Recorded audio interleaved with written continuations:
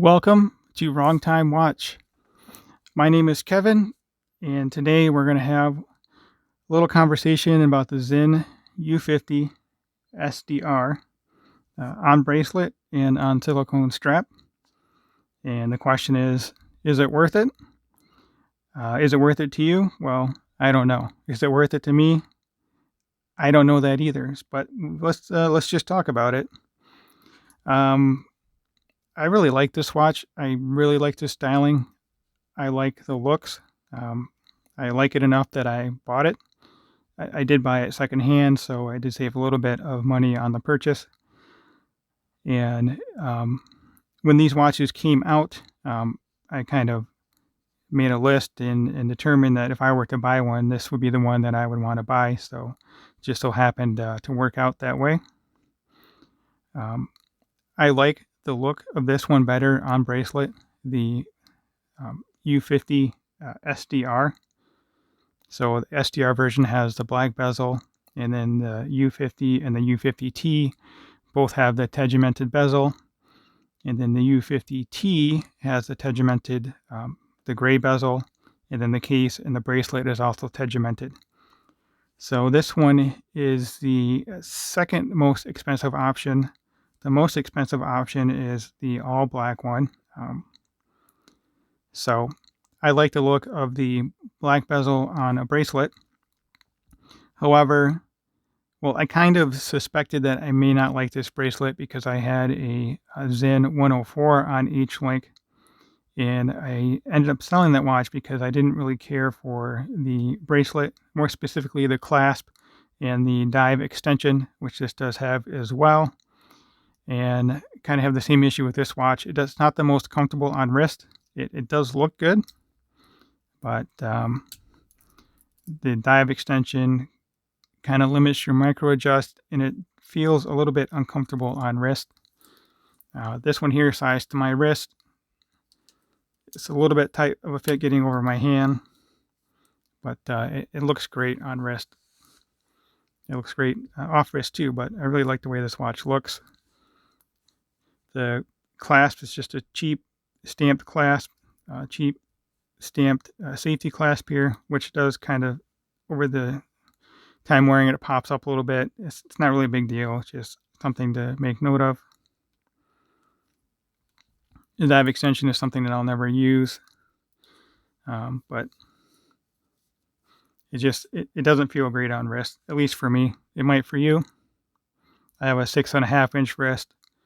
I like the lug on this again, 47.4, 40 diameter, 41 at the bezel, 11.2 thick, which is amazing since this is a 500 meter rated dive watch. But I don't know if I mentioned yet, the price of this one is $3,020. If you were to buy it on the silicone strap instead of the tegimented bracelet, this bezel, the buckle is tegimented, and that's $2,950. So on bracelet, $3,020. On silicone strap, $2,950. If you're to buy this bracelet separately, it's $430. If you're to buy this separately, which I did, it's $360. You can buy it on the black silicone, or you can get it on the red. Red looks like it'd be a nice match. But if you're to buy this watch on silicone strap, at least the black one, I prefer how it looks with the gray bezel, the metal color bezel, versus the black with the black here. But this does look good with the red.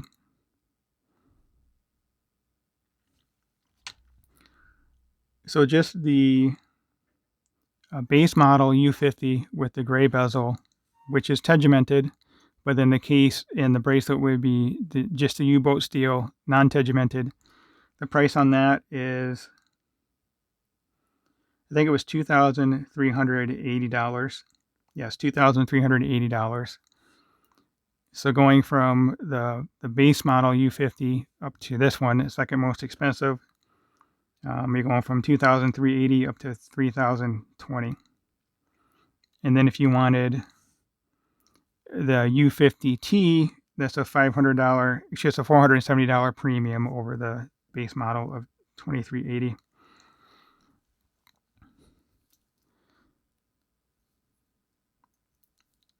So I really like the way the watch looks, but the price, I think, personally, I think the price is a little bit too high, but obviously it's not because these things are sold out. So the demand is such that it justifies the price. It'd be nice if it had a better clasp system, though, especially for that amount of money, but must not bother that many people. I still need to get this on a NATO strap. I think if I were to do it over again, I would get the base model, the U50 for the 2380. And then maybe even sell the strap that it comes on, or just keep it in the box. And I would just throw it on a NATO strap or aftermarket FKM rubber strap. But that's up to you. The non-tegimented strap like this is $280. And the tegimented one is $360. So there's a premium there of what is that? I guess $80 premium. My math is right. So this is a step up over the clasp on that one. It's the double push deployant. The quick adjustment system is kind of hokey in my mind, but it works. I guess it'd be all right if this was installed properly with the spring bar there, because it's not going to come off. It would just loosen up on you. You're not going to lose your watch. But this, I don't know, this system is just held in by little pieces of metal on the side here. You probably see that right here. Little nubs on the side of this stamped piece are held in place here on the side. These little grooves right here. There's a groove right here below that larger groove, which keeps this clasp in place, or I guess it's kind of a clasp. So anyway, just my random thought for the day since I've had this out, and I just recently took it off of this, put it back on the bracelet. I'm going to be loaning this watch out to Rob, so put it back on the bracelet for him to experience. So just a short little video. Let me know your thoughts in the comment section. Let me know if you think the price is justified, the $3,020 for this. Not, I don't know of any other watch that's 500 meter water resistant, an actual 500 meter. I'm sure this is certified diverse 500 meter. That is this thin, 11.2 millimeter thin. And also the overall size is nice and small. You can compare it here to my SKX. This watch is smaller than the SKX, thinner than the SKX. And this is actually divers rated to 200, ISO certified. And you can see a difference in the color here as well.